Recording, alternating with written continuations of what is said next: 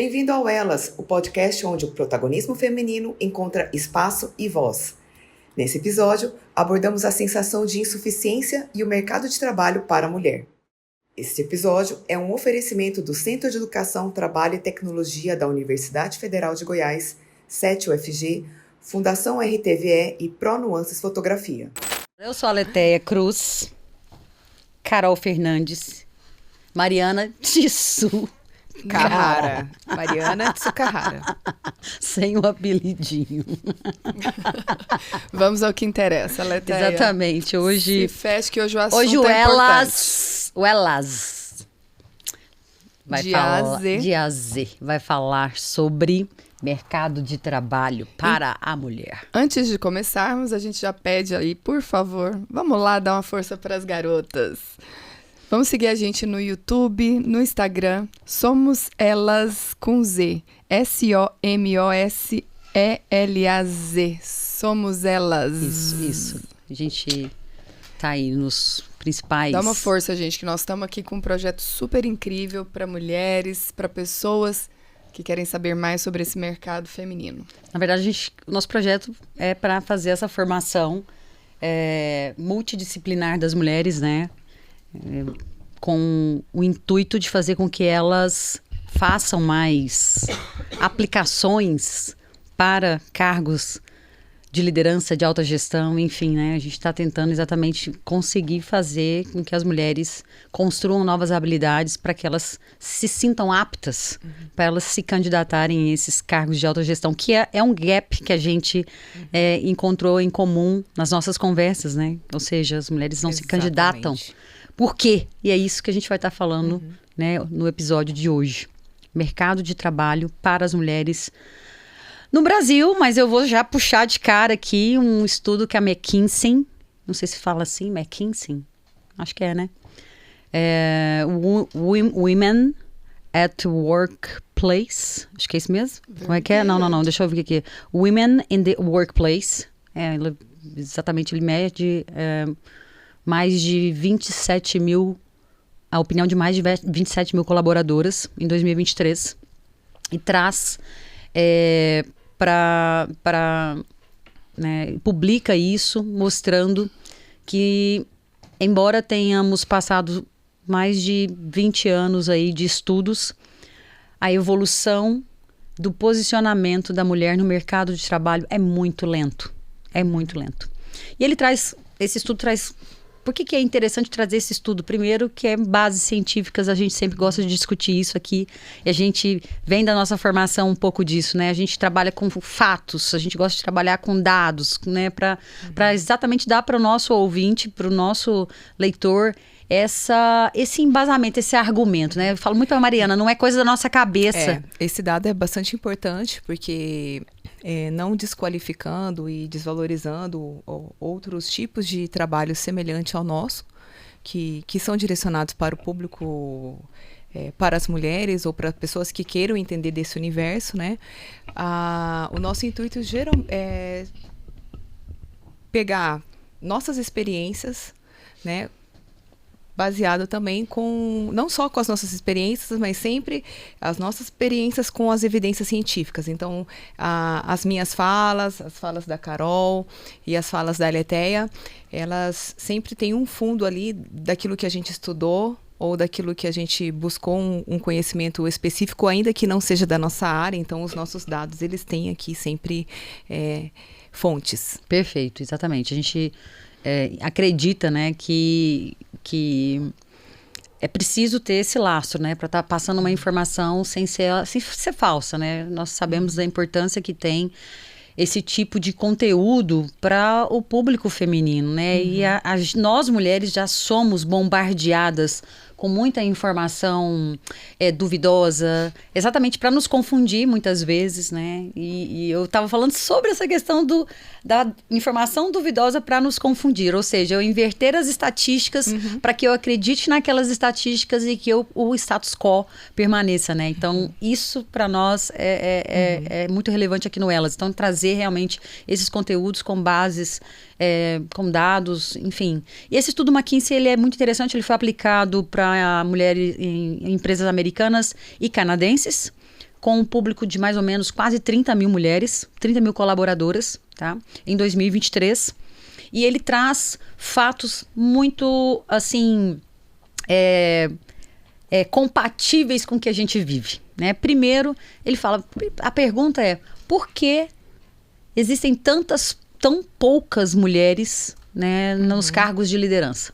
Primeira coisa, por que a representatividade feminina é tão mais baixa do que a masculina? Dado do estudo, temos em torno de 38% de mulheres em cargos de liderança, contra 70% de homens, tá?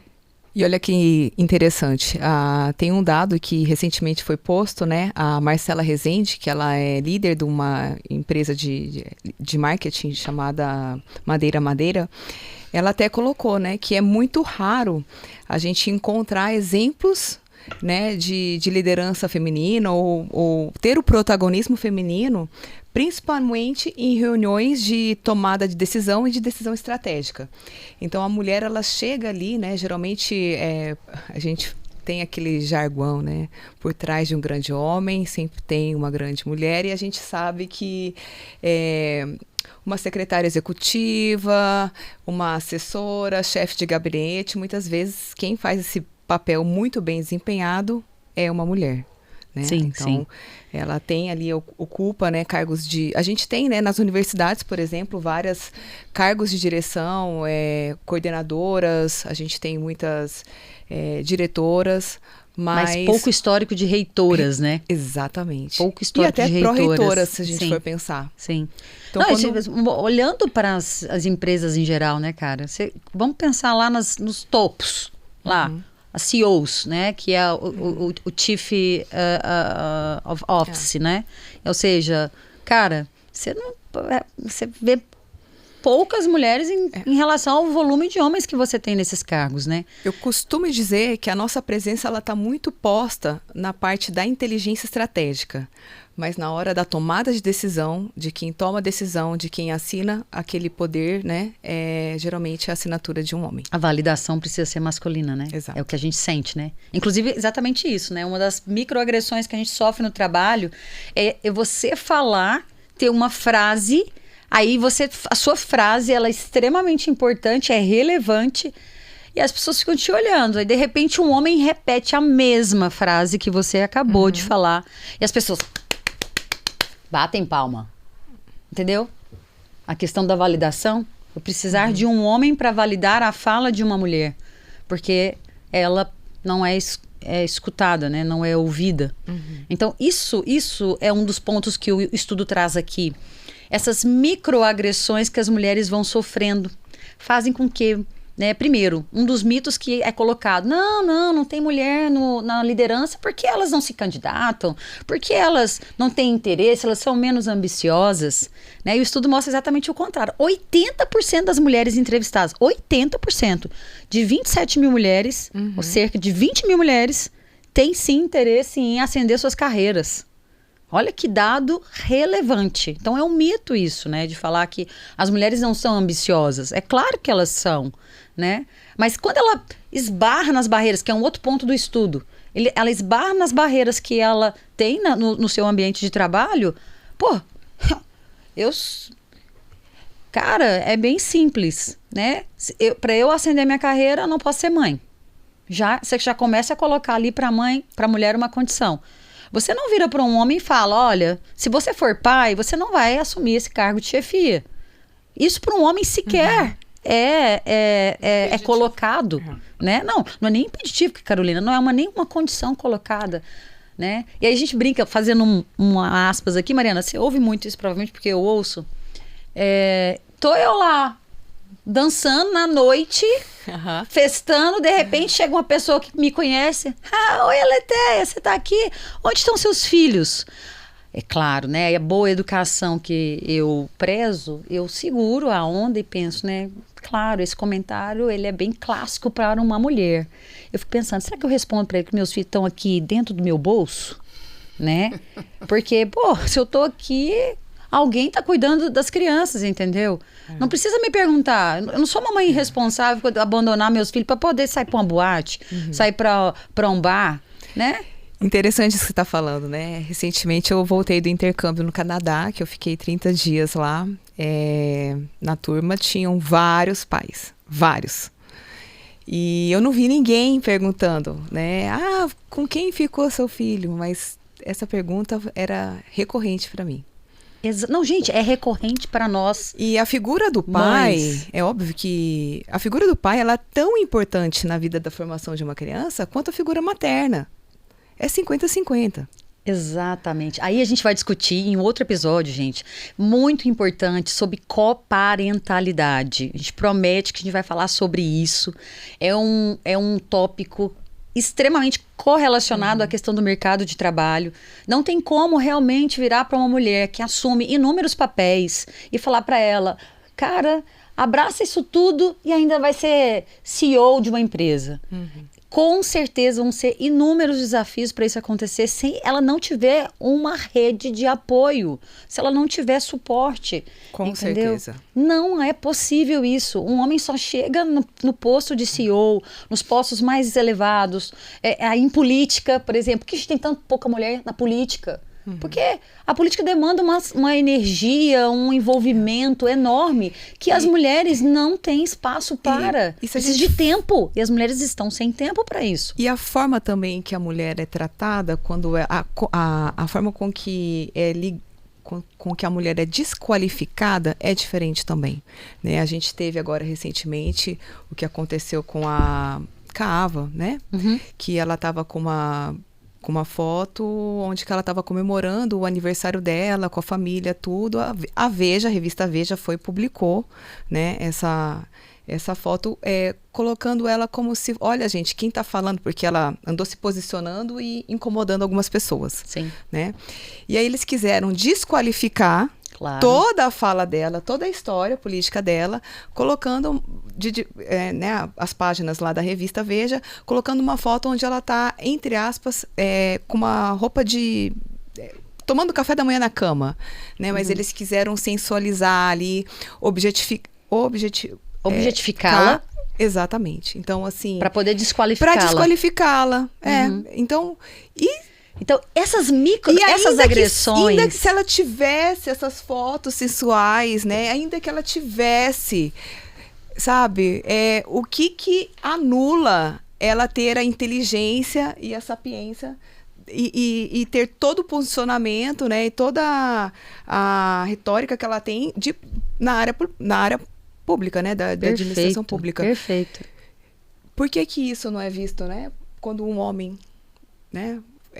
Os escândalos que a gente já conhece, até de presidente dos Estados Unidos, né, com secretárias, tudo, e ok, né, até reeleitos. Sim, exatamente, ou seja... A mulher não pode. Não pode. Para o homem é normalizado, para a mulher é aquela história de você peraí, vamos colocar você aqui porque você não é modelo mais para nós, entendeu? Então, assim, isso é uma coisa que o estudo traz, né, são essas agressões. E mais do que isso, a gente estava conversando pouco a pouco sobre microagressões. Microagressões, que são essas pequenas coisas que acontecem no dia a dia da mulher que, meu Deus, haja paciência. Então, tipo assim, se você... Quando você se posiciona numa reunião, por exemplo, e fala de um tom um pouquinho mais forte, né? Já aconteceu muito isso comigo. Você é histérica. Você tá nervosa? Você tá nervosa? Você dormiu bem hoje? Insinuando que a mulher, quando ela tá com algum tom agressivo, que ela tá mais posicionada ou que ela é mais incisiva nas suas opiniões, e a gente né? Eu sou, pelo menos, né? Posso falar por mim. Muitas vezes eu defendo os meus pontos de vista com muita clareza e muita firmeza. Então, assim, eu me assumo assim. Né? E eu não sei se eu vou mudar. Agora a Carolina falou assim, tem que melhorar a comunicação. Tento. Né? Mas no final vem um fogo assim por dentro, um negócio assim que queima e que fala, você aí não tá desalinhado com seus valores, não é nisso que você acredita. Se posicione. Mas isso aí do posicionar é você se posicionar no lugar certo, né? Lembra que a gente falava muito da panela de pressão. A panela de pressão ela vai explodir onde? Então ela tem que explodir ali mesmo, naquela mesa onde você está sendo atacada e não em casa.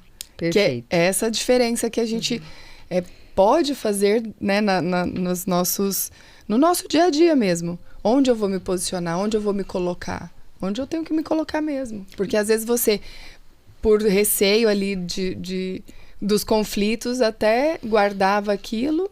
E o que a gente vê hoje é isso, que você realmente está explodindo de uma forma elegante no lugar certo. Perfeito. Né? Tem uma coisa que eu acabei de puxar aqui, que é a questão da microagressão. Eu me lembro, quando eu entrei na universidade, eu vim de um mercado que é o mercado da beleza, certo?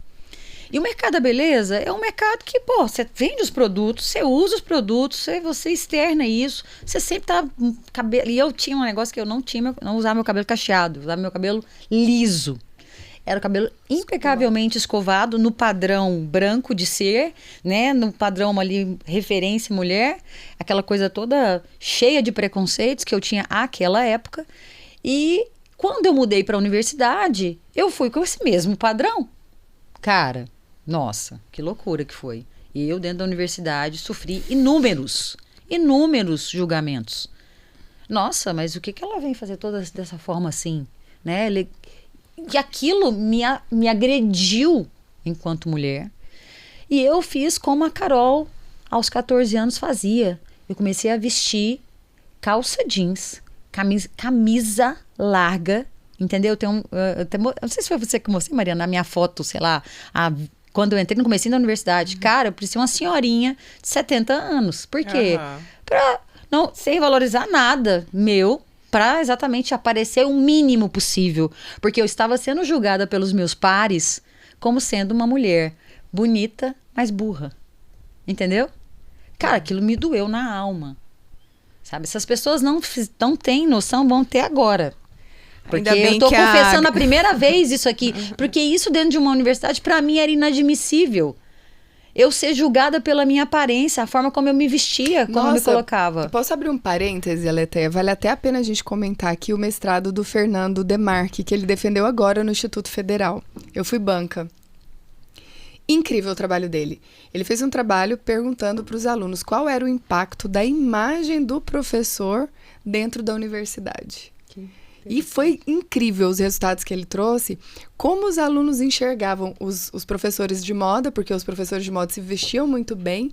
Eles falaram que olhar aquela imagem das pessoas que se vestiam bem, que se preocupavam com a imagem para ir para a instituição, eles pensavam, nossa, o professor se arrumou para a gente, eu quero ser bem-sucedido como esse professor. Ao contrário do que...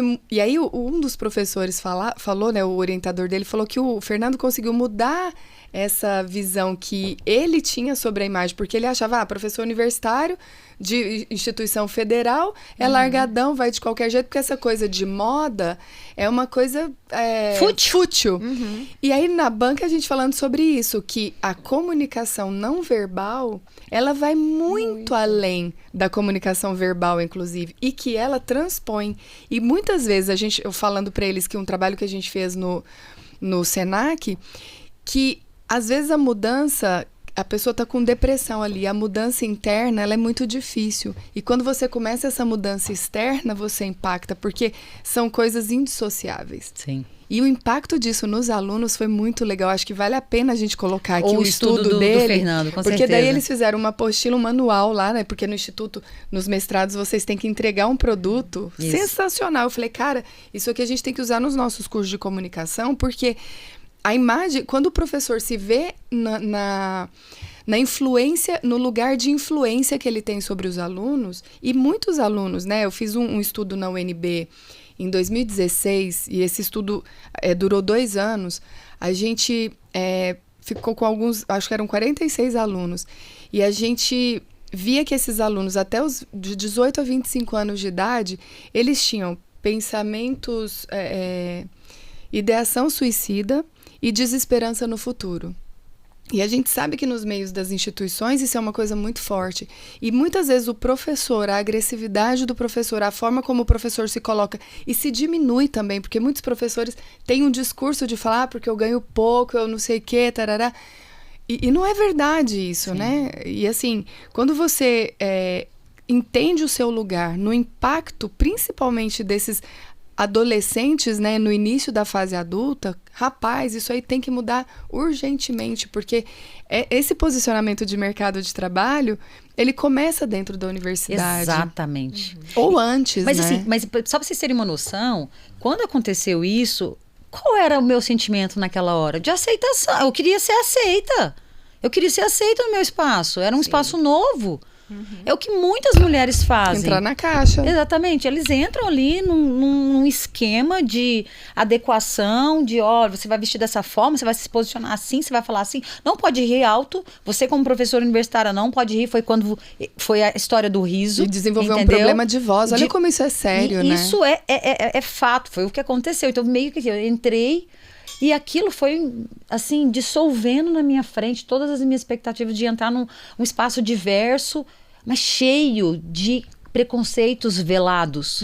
E aí, isso solidificou quando eu abri o Lanit. O Lanit é um laboratório que eu tenho dentro da universidade que trabalha talentos, tá? Desenvolve talentos. Fantástico, né? Habilidades, soft skills nos estudantes da universidade. E quando uma menina, tipo assim, eu peço para eles falarem que eles são em 1 minuto. A menina não conseguia olhar para a câmera e falar para mim 1 minuto que ela era. Ela não deu conta. A pessoa não conseguia gravar. E ela colocou isso no depoimento. Professor, só me desculpa, eu não consigo gravar. Cara, aquilo me chamou muita atenção. Eu falei, essa menina me interessa. Ela me interessa. E chamei ela para entrevista. Vem cá, me fala aqui, o que aconteceu, cara? Por quê? Né? Síndrome da impostora latente na menina. Mas ela me falou uma coisa, e ela era uma menina linda. Linda, linda, linda. E fazia um dos cursos mais difíceis da universidade, que era estatística. Cara, esse depoimento nunca vou esquecer. E foi ali que o Mulheres de Impacto nasceu. Foi ali que eu preciso fazer algo para mudar isso. Foi ali que nasceu tudo. Quando essa menina virou para mim e falou assim, professora, aqui eu não posso me arrumar. A senhora está pedindo para eu me arrumar. A senhora está pedindo para eu me autodescrever. A senhora está pedindo para eu me valorizar. Aqui a gente não pode fazer isso, professora. Porque se eu fizer isso e eu aparecer dessa forma na sala de aula, o professor vai falar exatamente como ele falou no primeiro dia que ele me encontrou. Não há espaços para a beleza. Aqui a gente tem que focar em estudo. Aqui a gente foca em inteligência. Não há espaços para a beleza. E aquilo me enlouqueceu, né? Falei, porra, desculpa, gente. Que loucura é essa? Aonde existe, em qual lugar que a mulher bonita ela não pode ser inteligente? Onde existe esse espaço? Ainda bem que a gente tem hoje, né, a Gabriela Prioli. Cara, ela é ali a nossa referência, que pra mim né? é um ícone aí hoje na área de jornalismo e se posiciona e fala muito bem, né, de diversos assuntos, finanças, política. Então, quebrando, né, porque Sim. a forma com que...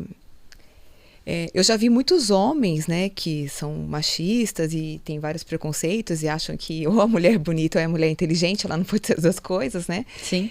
Então, eu acho que é bom. Eu acho que... E é uma mulher que se cuida, ela é uma mulher que nunca tá mal vestida, tá geralmente se cuida de forma... aparece maquiada ou não, então assim, ela tem essa... Ela tem o autocuidado, esse que é um dos nossos autocuidado. pilares, né, aqui dentro do Elas, né? Mas você vê que assim, que pelo menos ela passa pra gente essa imagem, né, pelo menos pra mim, né, que várias coisas que a gente vê que são embates para muitas mulheres, ela já tem, para ela se posicionar hoje, já tá resolvido. Exato. E é sobre isso que a gente veio falar. Né? E é Sim. sobre isso que a gente está falando, né? É para isso que o projeto Elas, o Somos Elas existe, né? Exatamente. Então, assim, quando a gente pensa, então, nesse mercado de trabalho, que agride a mulher rotineiramente, o que esse estudo traz aqui? Ele falou o seguinte, olha, as mulheres preferem trabalhos flexíveis. E para trabalhos flexíveis, elas estão dispostas a aceitar salários menores. Eu já ia tocar na questão do salário. Tá? Então, ou seja, eu estou disposta a receber menos se eu tiver um trabalho flexível para eu encaixar todas as minhas outras responsabilidades. É que a gente tem uma característica, né, do mercado de trabalho pós-pandemia, Mas essa diferença salarial, ela já era existente. Não, é histórica, muito né, antes. Mariana? Histórica. Aham. Hoje, para vocês terem uma noção, a diferença salarial entre um gerente homem e uma gerente mulher é em torno de 60%. Sim. Tá? Um homem, uma mulher, num cargo de gerência, ela ganha em torno de R$5.000, R$5.500. Isso, gente, é dados do DIEESE, tá? Da PNAD contínua.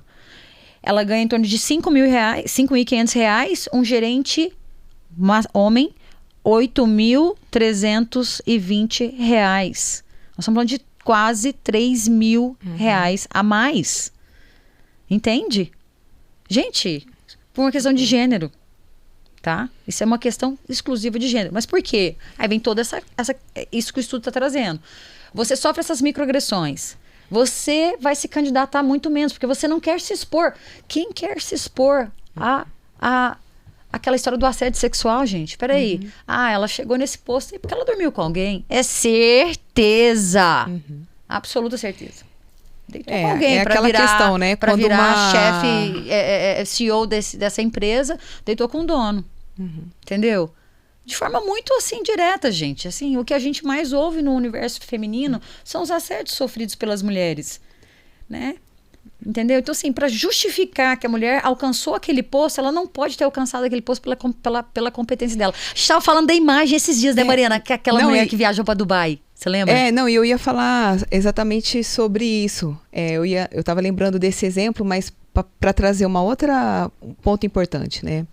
Porque uma mulher, quando está fazendo uma viagem, né? Igual você está falando, aquela mulher para Dubai, ou quando uma mulher compra um carro importado, ou quando ela, né, mostra que ela está bem sucedida, às vezes, ou muitas vezes, é questionado, né? Quem está pagando isso para essa mulher, né? Ou que trabalho que ela tem, né? Quem está bancando? Quem está bancando isso, né? Então ela não pode ter um trabalho, ela não pode ter ali o sucesso dela e ter conquistado aquilo com o próprio trabalho dela, né? E muitas vezes a gente tem que tomar cuidado porque esses questionamentos são feitos por nós mulheres. Né? A gente não está acostumado, cara. Né? E isso eu tô falando porque eu não me tiro do bolo, né? E isso é uma coisa que a gente tem que ensinar para nós mesmos e tem que fazer com que isso não se perpetue. Não se perpetue. Perfeito. Olha, né? só. Então, quando a gente fala que a gente está fazendo isso por elas, mas por nós mesmos, tem um pouco a ver sobre isso, tem né? A ver, o autoaprendizado. A mudança da cultura, ela é sempre contínua, é um hábito, né? A gente precisa ali. E a gente fala do negócio de mercado de trabalho, quando a gente fala, por exemplo, da história da mulher, mulheres falando mal de outras mulheres, né? De uma forma pejorativa. De depreciação, de desqualificação, entendeu? Muitas vezes essas conversas aí né, vêm das próprias mulheres, né? Então isso é doloroso, porque em vez de você ter uma mulher mentora, que te empodera, que te dá ali, tipo, o caminho das pedras. A mulher te vê como uma concorrente. Já vê de cara, pá, essa é minha concorrente, vai tomar meu lugar, né? E aí, tudo muda, né? O que acontece? Você topa com aquela estagnação da mulher. É o famoso fenômeno que eu falei lá no outro episódio, que é o teto de vidro, né? Ou seja, você não vai estimular outras mulheres a angariar novos caminhos, né? E aí, esse estudo traz uma outra coisa legal, que é um fenômeno chamado de... Quer ver que ele tem um nomezinho aqui em inglês, Carol, você me corrige aí. Broken Rung, que é o degrau quebrado. O que ele fala desse degrau quebrado? Você abre a oportunidade para entrar... a base lá na sua empresa. Vai entrar mulheres e homens. Praticamente entra igual. No estudo está falando aqui. Praticamente é 50-50. Na medida que você vai abrindo novos postos, você abre um perfil que os homens... Aí você abre um perfil mais voltado para o perfil masculino. Porque você entende, você enquanto recrutador, que aquela vaga não pode ser preenchida por uma mulher. E nisso... esse efeito funil vai acontecendo dentro da empresa. E você não tem, as mulheres não conseguem pular as etapas, né? Por isso o degrau quebrado, né? Você não consegue avançar porque as oportunidades vão sendo dadas de forma escalada para os homens, mas para as mulheres isso não acontece. Então, esse fenômeno faz com que a maioria das mulheres desistam, porque são tantas dificuldades para elas ascenderem, né? Ou seja, o processo de estagnação, o processo de entrada e o processo de ascensão é completamente dificultado para que ela chegue lá. E a permanência delas também, né? Perfeito. A nossa permanência, eu acho, nesse lugar. Quando a gente chega, aí que a gente realmente tem que descobrir como se reposicionar. Mas tem um outro fenômeno Somos muito também. questionadas, né? Tem um outro fenômeno também, que no livro da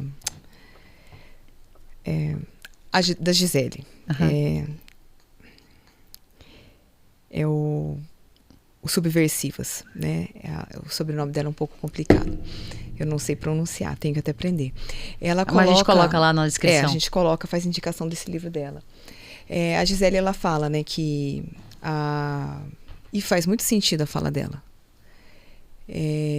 Que muitas vezes essa mulher que consegue ter essa ascensão, ela se sente, às vezes, quando ela é reconhecida pelos pares homens, né, ela consegue meio que entrar no clube do Bolinha. E aí, quando ela entra nesse clube do Bolinha, de certa forma, ela tem um certo prestígio no clube de Bolinha, como se ela tivesse se tornado um deles. Exato. E aí, essa mulher, ela não tem uma postura de querer incentivar outras mulheres para cargos de liderança, porque ela se sente especial naquele clube de Bolinha. Sim. Então, existe uma certa blindagem. E aí, eu comecei a pensar a respeito disso, na prática, nos exemplos dos lugares que eu já trabalhei, e as características que ela elenca me fez total sentido. Então, assim, é um livro que realmente a gente precisa ler, porque abre o nosso olhar para esse entendimento de como que essas nuances acontecem no mercado de trabalho, né? Sim. E outra questão que eu acho que a gente tem que pensar é por que algumas mulheres preferem não ser lideradas por mulheres? Né? E nesse trabalho que a Gisele desenvolveu, e ela desenvolve um trabalho riquíssimo na Escola Nacional da Administração Pública, na ENAP, ela coloca, né, que muitas vezes... Ai, deu branco do que eu ia falar agora. Pensei na ENAP e... Ela coloca que as mulheres... Eu estava falando da blindagem das mulheres... Por que as mulheres não gostam de ser lideradas por outras mulheres? Isso. Ah, sim. Por que as mulheres... Porque a mulher, quando ela ocupa esse cargo, ela fala assim, não, mas agora eu tenho que provar, né? Mistura uma síndrome da impostora lá, e agora eu tenho que provar que eu sou boa mesmo. Né? E aí ela... Ou seja, não bastou ser... alcançar e aí lá. ela quer entregar os 130 para falar assim, olha, eu tô aqui e eu tô aqui porque eu posso, porque eu mereço tudo. Então ela começa a fazer as coisas muito ao ferro e fogo. Perfeito. Então ela não tem tempo para circular, ela não tem tempo para ir tomar o café, ela não tem tempo para olhar para as pessoas, para escutar uma conversa, porque ela tá ali focada, ela tá focada na entrega, E liderança, a gente tem que olhar para quê? Para as pessoas. Para as pessoas. Então, ela não acaba, às vezes, não se conectando. E aí, às vezes, acaba tendo uma mão, digamos, uma mão de ferro, né? Na cobrança também, né? Para os liderados. E aí, essa sensação, muitas vezes, faz com que as pessoas falem, poxa, eu prefiro trabalhar com fulano de tal do que com ela, porque ela é muito severa. Né? Então, essa imagem da mulher na liderança ser severa. E, na verdade, é o seguinte, eu acho que quando um homem ele ocupa esse espaço de líder, ele é apoiado pelos pares, ele é valorizado, a ideia dele é valorizada. Cara, o cara passa a ter ali tranquilidade e confiança no que ele está desenvolvendo, certo? Da mulher, isso não acontece. Né? Aquilo que a gente falou. Primeiro vem as inúmeras dúvidas de como ela chegou lá. Ponto. Segundo, falta apoio das próprias mulheres para ela. Entendeu? Terceiro, ela passa a desenvolver um pensamento de concorrência para ela permanecer no cargo. e ela deixa de ser mentora de outras tantas mulheres que poderiam estar em outros cargos ou no próprio cargo e ela em outro lugar, entendeu? Então, assim, é aquilo que a gente falou, a gente é condicionado pelo meio. Pelo meio. E muitas vezes, para nós, é muito natural. Às vezes, um homem, por exemplo, teve uma oportunidade de um cargo X ou Y, né? Ele não tem todas as qualificações, né? Todas as exigências ali, mas ele ocupa aquele cargo e apostam que ele possa se desenvolver, né? E ter todas as habilidades para o desempenho esperado naquele cargo. Agora, se uma mulher que não tem todas as habilidades é colocada nesse mesmo posto de trabalho, parece que até o olhar, né, das pessoas é como se ela estivesse ali com todos os holofotes, ó. Vamos esperar que, ó, né, uma hora vai escorregar e outra pessoa vai ter que ocupar aquilo lá. Perfeito. E é assim que essas mulheres também se sentem. Sim. Se você, né, tem pesquisas que a gente fala e quando a gente conversa com outras colegas, né, que ocupam um cargo de liderança, eu já conversei, e é por isso que hoje eu tenho um mantra, né? Eu apoio outras mulheres em cargo de liderança e da minha boca não sai um A para diminuir ou para falar mal ou para pontuar alguma coisa. Inclusive, se eu tiver alguma coisa para pontuar, é em particular com a pessoa, com essa liderança. Perfeito. Inclusive, é uma convocação minha, gente. Eu sempre falo isso muito para Carolina, muito para Mariana. Por favor, não critique outras mulheres, sabe? Independente do que elas sejam, estejam, a forma como elas estão vestidas, como elas pensam, por favor, que a crítica não venha de você. Segure esse pensamento um pouco e pense que nós, mulheres, precisamos ter o direito, assim como os homens têm, de sermos o que nós gostaríamos, que nós quisermos ser, fazer. Isso não pode ser apenas uma fala qualquer na sociedade. Nós precisamos garantir isso entre nós, por favor. A gente precisa respirar a sororidade, mas praticá-la principalmente, né? Principalmente. Assim, muitas vezes eu vejo as críticas. Nossa, aquela mulher olha o jeito que ela está vestida. Ah, nossa, olha, meu Deus, olha o que ela acabou de falar. Nossa, mas ela, será? Gente, segura a onda aí. Me ajudem, por favor. Isso é muito importante. Esse apoio entre nós, sabe? Independente da forma como você pensa, ela tá fazendo o que ela quer, do jeito que ela quer, e tá tudo certo. Cada um é cada um faz o que quer. Eu sei onde aperto o meu sapato, eu não sei onde aperto o seu. Entende? É sobre o outro, é sobre respeitar o espaço do outro, é sobre entender e valorizar. Então, enquanto mulheres, nós precisamos fazer isso mais. E às vezes já tem tanta coisa que fragiliza essa mulher na liderança, tanta coisa, tem tantas, né, situações que ela precisa vencer, até ela, né, é o filho que às vezes está doente em casa, é a funcionária que não chegou a tempo, ou né, ou ela está estudando para outras coisas também, além do trabalho profissional, e aí às vezes ela tem que se preocupar com algumas coisas que são tão pequenas, né? Alguém que está lá observando, olha, parece que ela engordou 2 quilos. Olha, nossa, como ela tá magra. Assim, puxando o seu universo, né, Carolina? A Maiara sofreu... Maraísa ou Maiara? Eu não sei, gente. Desculpa, eu não sou desse universo sertanejo. Maiara, né? Cara, como aquela moça, assim, eu não acompanho, mas assim, foi um boom de críticas porque ela tá magra. Ninguém fica falando Fernando de Sorocaba, ninguém fala dos outros, se engordou, se diminuiu. Se diminuiu-se nada, parece que vira uma pauta relevante. Sim. Isso é super insignificante. E sabe o que é louco, Ale? Se a pessoa tá gorda, o povo vai falar. Se a pessoa tá magra, vai falar. Se a pessoa é casada, vai falar. Não, mas não é a pessoa, Carolina, é a mulher. Né? A mulher. E se ela tem filho, vai falar. Se ela não tem, vai falar. É o tempo inteiro. E não, como eu falei no nosso episódio anterior, a gente é o tempo todo insuficiente. Sim. A gente é faltante, tá faltando, sempre falta algo. Sim. É loucura. E aí, assim, como eu tenho, assim como a Carol é inserida nesse universo masculino, né, convivo muito com homens, eu também convivo muito com homens. Na área de finanças, basicamente, é um nicho muito pequeno, né, de mulheres ali. É um nicho que realmente tem pouquíssimas mulheres atuando. E é muito interessante, assim, homens não falam de outros homens. Fato.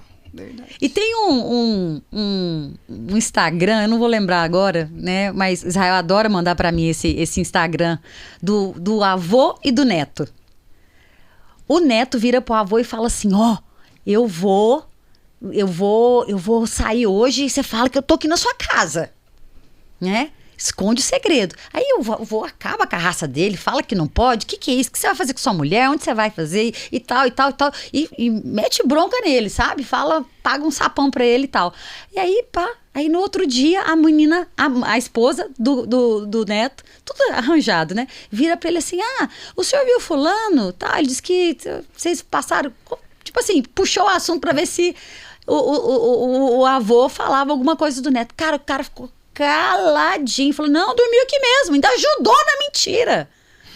Vocês têm visão, a união masculina é maravilhosa. Você tá entendendo? É maravilhosa.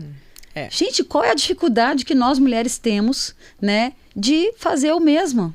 Então, assim, é isso. Vamos parar de nos criticar. Na hora que você vê, por favor, amiga, me ajuda. Não faça isso. Pense 2, 3 vezes. Que a gente vai mudando esse movimento. Na medida que a gente vai parando de ser de colocar a régua tão dura para nós mesmas, sabe? Nós mesmas enquanto gênero. Sabe? Então, por favor, é um pedido, vamos mudar esse pensamento. Na hora que a mulher estiver falando de outra mulher, será que realmente vale a pena ter amizade com essa pessoa? Porque se ela fala de outra mulher, ela vai falar de você em outra roda. Exato. Sabe? Então, tem que tomar cuidado com essas coisas, né? Porque faz todo sentido para mudar essa realidade no mercado de trabalho. A gente precisa mudar entre nós, né? Acho que isso é importante colocar. Exato. E eu queria só colocar uma última coisa. Além do mercado de trabalho para as mulheres ser muito duro, quando a gente fala das mulheres negras, né, com as mulheres trans, esse processo é mais árduo ainda, né? Tem um caso de uma americana, ela chama Ashley. Ela relatou o processo dela, enquanto ela era de um alto cargo de direção na empresa, ela se tornou trans. Ela se transformou em mulher. E quando ela se transformou em mulher, ela caiu de cargo. E ela falou assim, cara, eu trans vivi na pele.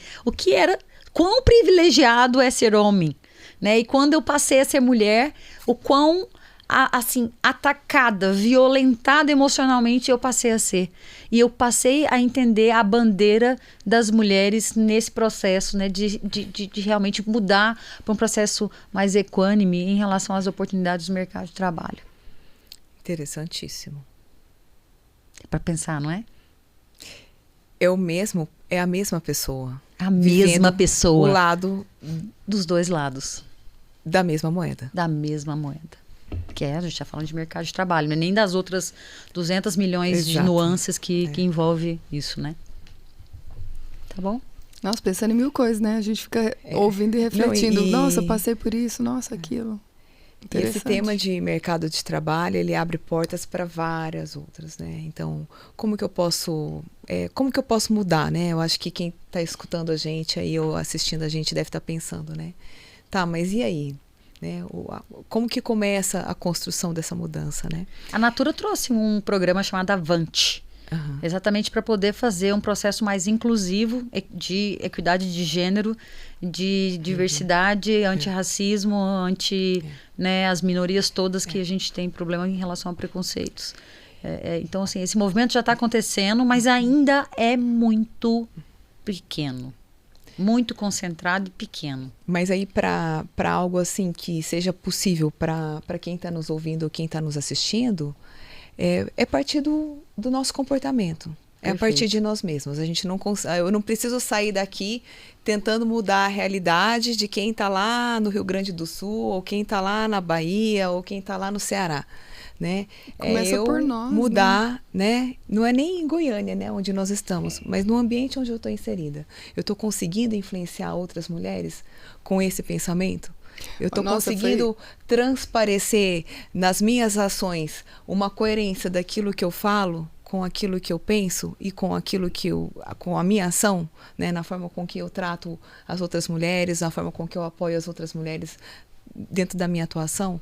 E isso é super possível, né, Mari? Eu sou de uma formação, fonoaudiologia, que acho que 90% é mulheres, né? Porque foi uma profissão que começou por conta de mães de autistas que não tinham tratamento para os seus filhos e tal. Então, é uma profissão muito feminina. E lá na clínica que eu trabalho, todas as colaboradoras, né, nós todas somos mulheres. E a gente tem essa filosofia lá dentro. Mulheres não falam mal de mulheres. Então, a gente tem ali feito reuniões e trazendo coisas. Porque a gente fala, se o problema aconteceu com alguma de nós, tem que chegar para a pessoa e falar para que a gente evite as fofocas. Porque o ambiente feminino é muito cheio de fofocas. Então, nossa, eu falo assim, eu me sinto muito bem trabalhando lá. Às vezes, minha família fala, nossa, mas você fica o tempo todo na clínica, você não sai de lá. Porque eu me sinto muito bem nesse ambiente de trabalho. Né? E que às vezes as pessoas falam, nossa, conviver com mulheres é muito difícil. Mas a gente conseguiu tornar o nosso ambiente... Não.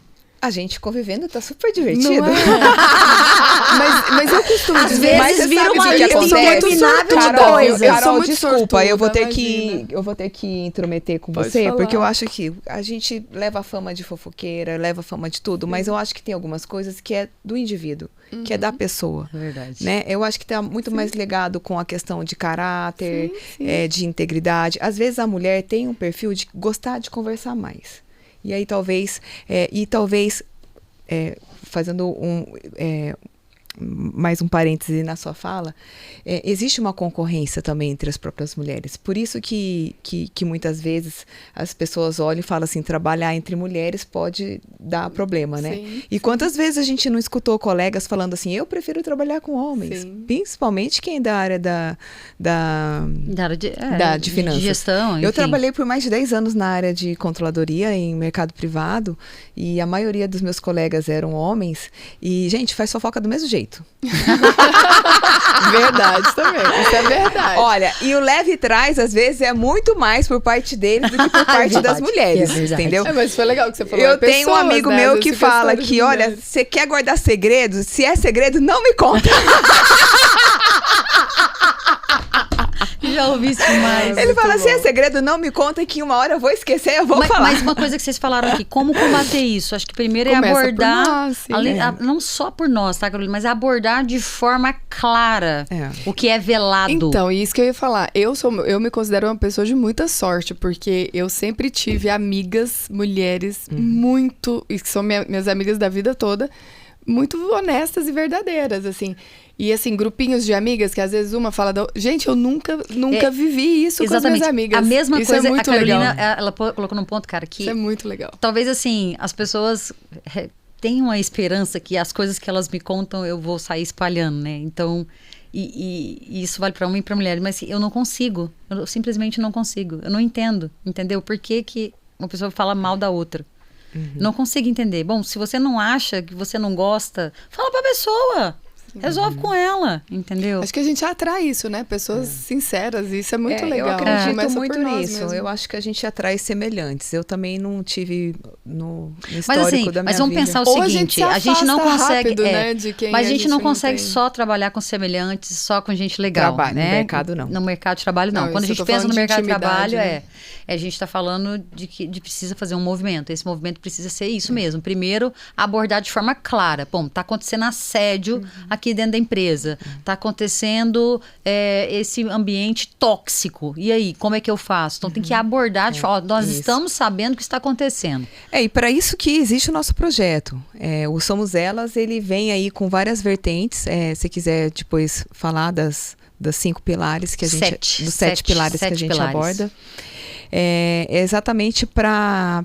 Né, ele não é uma trilha necessariamente, ele pode ser encarado muito mais como uma função cíclica. Até porque é contínuo também. E se quiser citar, Aletheia. Sim. Na verdade, o Elas, a ideia do Elas é trabalhar essa formação multidisciplinar baseada, primeiro, em direitos humanos. Muitos de nós não conhecemos sequer os direitos humanos, os direitos das mulheres. Conhecer esses direitos são é imprescindível para eu poder dialogar na sociedade, né? Sem precisar gritar, sem precisar ali esbravejar. Conhecer, saber que aquilo é meu direito, faz todo sentido aí, né? Para que eu consiga me posicionar, a né? parte da consciência, né? Exatamente. Eu trabalhar com a questão do autoconhecimento, do autocuidado e da performance emocional. A gente sabe, né, que hoje nós 3 fazemos terapia e sabemos o tanto que esse autocuidado, esse autoconhecimento nos tornou mulheres muito mais fortes, né?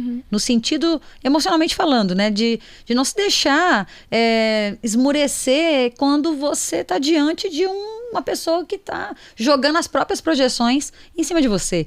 Então, você se autoconhecer, saber quais são os seus pontos fortes, saber quais são as suas limitações, porque a gente tem, sim, limitações, né? Saber até onde a gente pode ir, quais são os meus limites, quais são os limites do outro. Isso aí faz toda a diferença. Então, a gente vai trabalhar isso também no Elas.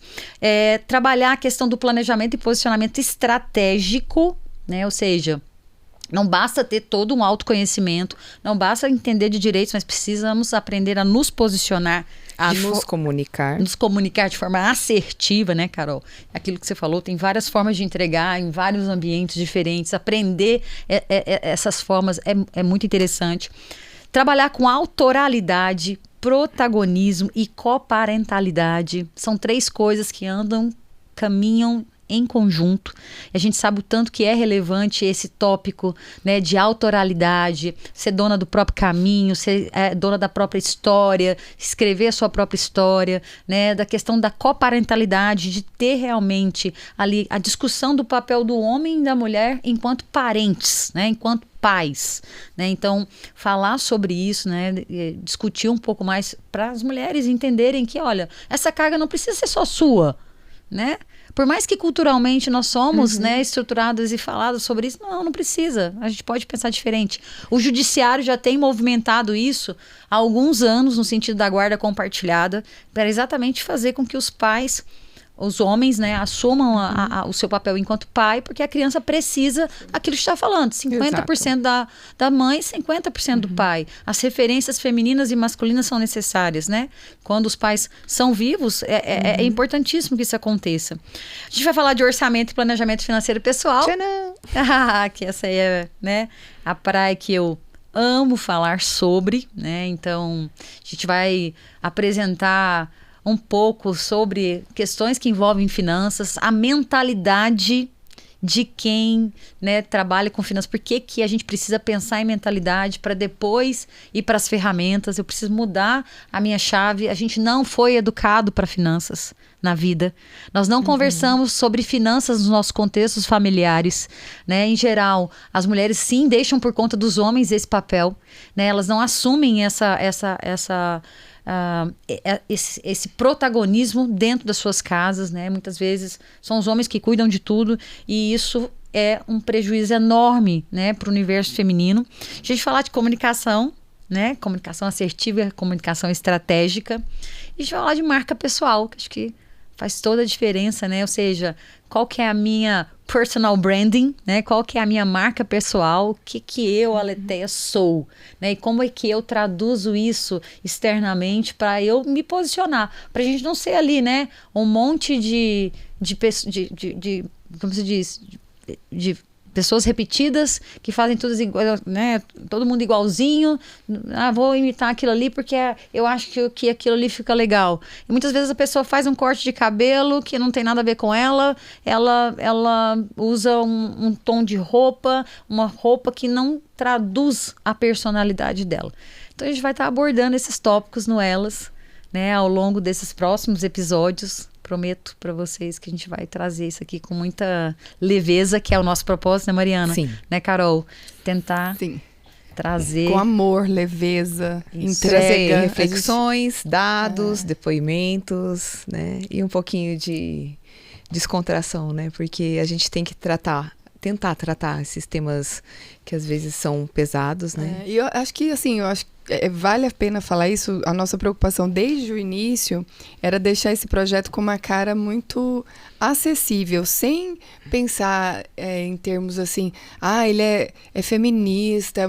A gente realmente não quer levantar nenhuma bandeira aqui, né? Acho que essa é a nossa preocupação. A gente quer se posicionar e falar coisas que são possíveis das nossas dores. Eu acho que o nosso papel aqui é compartilhar as nossas dores, coisas que a gente viveu e pensou, nossa, já pensou se a gente compartilha isso, a nossa história? Como pode ajudar as pessoas? Então, assim, o nosso intuito aqui não é defender nenhuma bandeira especificamente, mas é defender pessoas, defender seres humanos, né? Principalmente quando a gente pensa nos jovens. Eu acho que é uma preocupação que eu carrego muito grande desde a época que eu fiz esse trabalho da UNB, que eu comentei no episódio... Comentamos nesse aqui mesmo, né? Lá da faculdade. Assim. Que, pra mim, assim, me causa muito estranhamento os jovens terem essa desesperança no futuro. E eu me lembro, assim, quando eu era mais jovem, eu já sabia o que eu queria ser. Sim. Né? Claro que eu fui mudando ali ao longo do tempo, mas eu me via muito no futuro. Eu me visualizava, eu escrevia uma carta para mim. E hoje, quando eu vivo isso, eu falo, nossa, eu preciso... É obrigação minha compartilhar isso com as pessoas para que elas tenham de novo um mundo cor-de-rosa. Porque parece que o mundo da gente virou muita violência, tiroteio e você não pode. E, de verdade, eu vivo num mundo paralelo. A minha Matrix, ela é totalmente paralela, assim.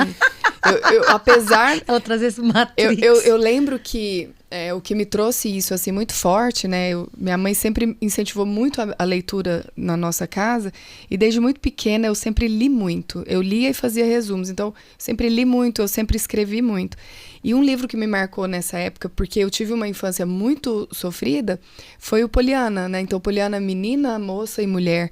E aquilo pra mim era cabeceira de cama. Então, o jogo do contente era uma coisa que eu acho que, de verdade, a gente precisa resgatar. Porque se a gente viver a nossa realidade hoje, de verdade, a gente tem desesperança mesmo. Porque você fala, cara, como vai ser o mundo daqui a um tempo, né? Ainda mais pra quem tem filhos, assim. Você fica imaginando, meu Deus do céu, que loucura que é isso aqui. É verdade. Agora, mas assim, o que eu acho da questão da fala de nós não estarmos defendendo nenhuma bandeira, porque nem propriedade para isso eu tenho. Exato. Não sei se vocês têm, tipo assim, perfeito. Propriedade para falar de uma forma científica, concatenada, histórica. Porra, eu não tenho isso, entendeu? Sim, a gente tem inúmeras estudiosas maravilhosas. E que vamos convidar, né? Exatamente. E são assim, e que tratam do assunto de forma profunda, séria e que precisa ser. Aquilo que a gente estava falando anteontem, né, Mariana? Terapia não cura racismo. Terapia não tira os preconceitos de gênero. Terapia não resolve problemas relacionados ao universo LGBTQI+. Não resolve. Terapia é um processo de autoconhecimento. Todos esses processos que a gente vê na nossa sociedade relacionados a essas questões, elas precisam ser tratadas com posicionamentos, com estudos, com regulações, com regras claras para que a sociedade entenda. Não dá mais espaços para isso na atual realidade. Né? Por isso que as coisas estão mudando. Então, por isso que assim, aqui o Elas, a proposta é fazer realmente uma formação para mostrar para as mulheres que essas habilidades e competências, elas podem ser construídas, entende? Perfeito. É Exatamente. isso, né? Aí. Encerramos o episódio de hoje sobre mercado de trabalho. Somos elas de A a Z. Obrigada por nos acompanhar nesse episódio Elas e seguimos juntas ocupando espaços de decisão e poder. Esse episódio foi um oferecimento do Centro de Educação, Trabalho e Tecnologia da Universidade Federal de Goiás, CET-UFG, Fundação RTVE e Pro Nuances Fotografia. Até o próximo Encontro Elas!